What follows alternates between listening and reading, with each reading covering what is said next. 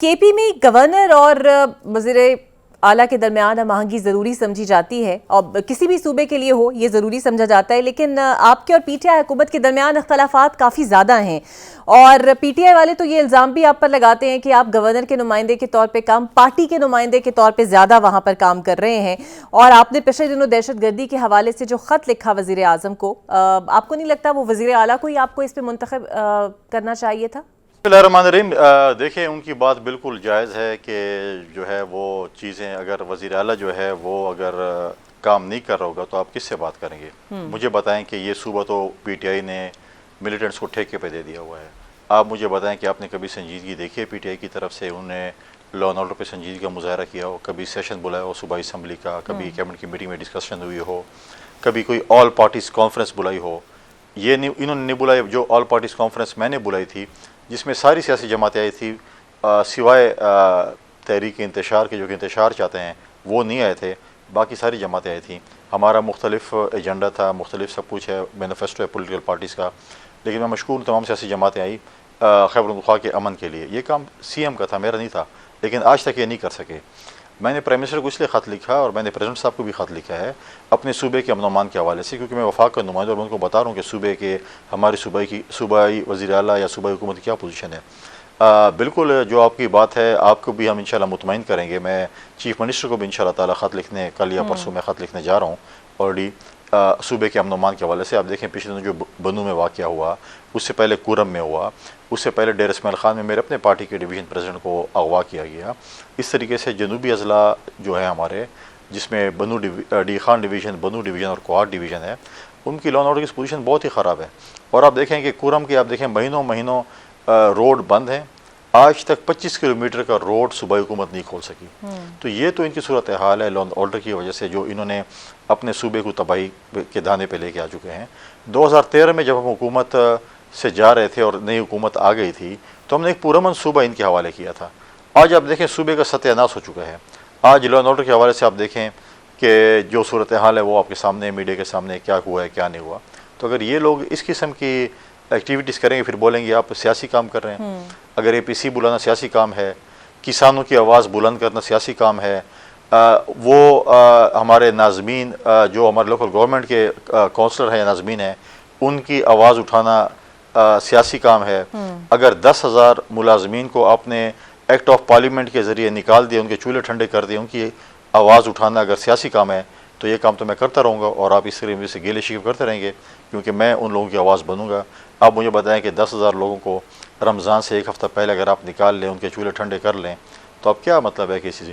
اور اگر آپ سمجھتے ہیں کہ وہ غلط بھرتی ہوئے تھے جو کہ نہیں ہوئے تھے، تو کیا جو اپوائنٹنگ اتھارٹی ہے ان میں کسی کو آپ نے سزا دی ہے؟ ان میں سے کسی کو آپ نے نہیں دی ہے۔ لہٰذا یہ چیزیں جو ہیں یہ بہت ہی غلط کام کر رہے ہیں اور غلط کام کی نشاندہی کرنا میرا فرض بنتا ہے۔ میں یہ کام کروں گا چاہے ان کو جتنی بھی تکلیف ہو، یہ چیزیں ہوتی رہیں گی۔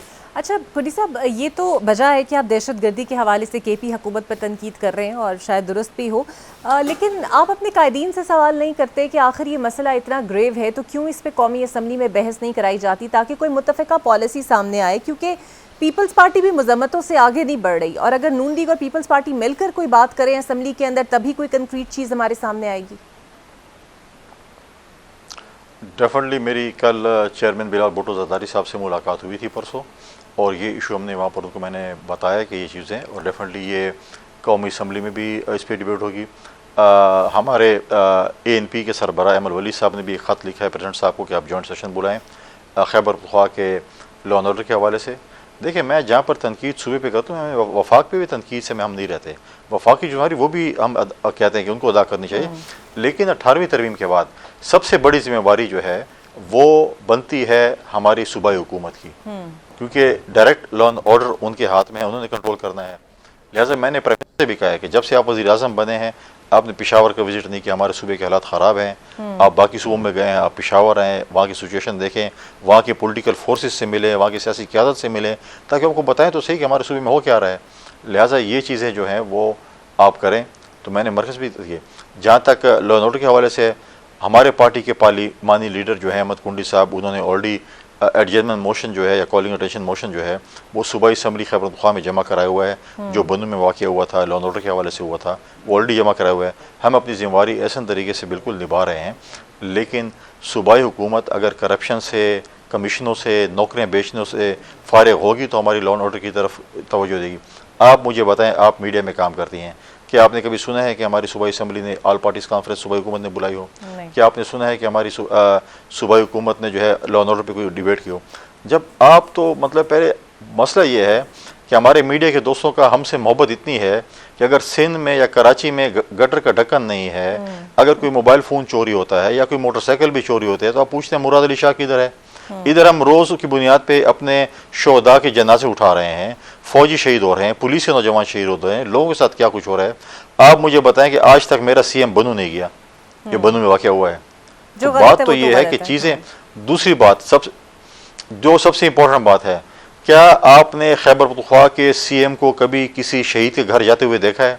اتنی شہادتیں ہمارے سیکورٹی فورس کے نوجوان دے رہے ہیں، پولیس کے نوجوان دے رہے ہیں، کیا کبھی آپ نے ہمارے وزیر اعلیٰ کو کسی شہید کے گھر جاتے دیکھا کہ ان کے بچوں کے سر پہ ہاتھ رکھا ہو کہ صوبائی حکومت آپ کے ساتھ ہے، آپ ہمارے لیے امن قائم کر رہے ہیں، آپ اپنی جانوں کا نذرانہ آپ کے جو بھی آپ کے والد ہیں، بھائی ہیں، بیٹے ہیں، انہیں جو ہے وہ دیا ہے ہمارے صوبے کے امن کے لیے، ہم آپ کے ساتھ کھڑے ہیں؟ ایک شہید کے گھر میں بھی نہیں گئے ہیں۔ بالکل ٹھیک ہے۔ تو آپ مجھے بتائیں کیا میسج دے رہے ہیں؟